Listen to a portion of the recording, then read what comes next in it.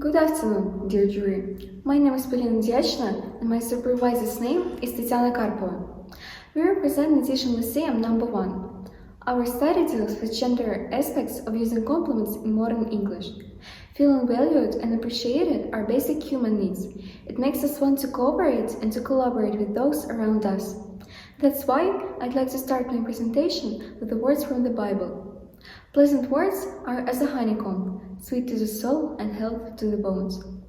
Letting people know that you recognize their abilities is a great way to make them feel good about themselves and motivate them to succeed in the future. The relevance of this research topic is due to the growing interest in the way of making compliments.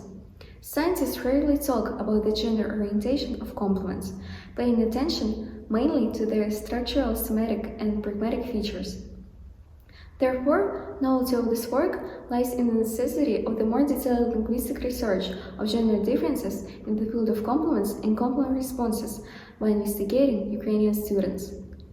The work consists of an introduction, 2 chapters, conclusions, a list of user sources, and illustrative material.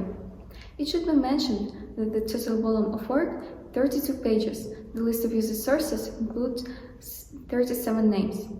Firstly, we should discuss the theoretical foundations of complements in modern English. A compliment is an expression or a form of positive speech that is intended to show praise, admiration, or respect for something. Moreover, we'd like to emphasize that there are 3 categories of compliments: implicit compliments, explicit compliments, and non-compliments. Explicit compliments is a direct compliment without any context. For example, "You are beautiful today." The next category is implicit compliment. It is also called an indirect one. For instance, "I wish I could play the piano like you do." The last category is non-compliment. Look at this example of the compliment. "How much is the bicycle?" From this example, we will say that the appearance above doesn't look like the compliment, but sometimes people give the compliment by asking a price or a place without wearing it. Thus, this simple question can belong to the compliment strategy. Direct compliments have the following pragmatic functions. Look at this slide. Establishment of close and friendly relationships, persuasion, encouragement, psychological support, manipulation of the conversation, smooth talking, congratulation, acquaintance. Indirect compliments can be used in the form of complaint, reference to the competent opinion, great surprise, recognition of advantages, envy, sarcastic comments. Gender differences are observed in making compliments. The most popular compliment strategy that male and female mostly use is explicit compliments. But females use it more than males. Men use more implicit compliments, non-compliments, and no-response strategies. Gender differences is also observed in compliment responses. The most popular compliment response strategy for both genders is acceptance, which females use more than males. However, males use more acceptance with amendment, non-acceptance, and no-response strategy. It should be indicated that males and females focus on different topics in verbal communication. Women adore compliments and use them to build relations, while men use compliments to make evaluative judgments and show their achievements. And our questionnaire proves the fact and shows that women prefer to compliment others on clothing and appearance. From the male perspective, they would like to give more compliments on others' abilities and accomplishments.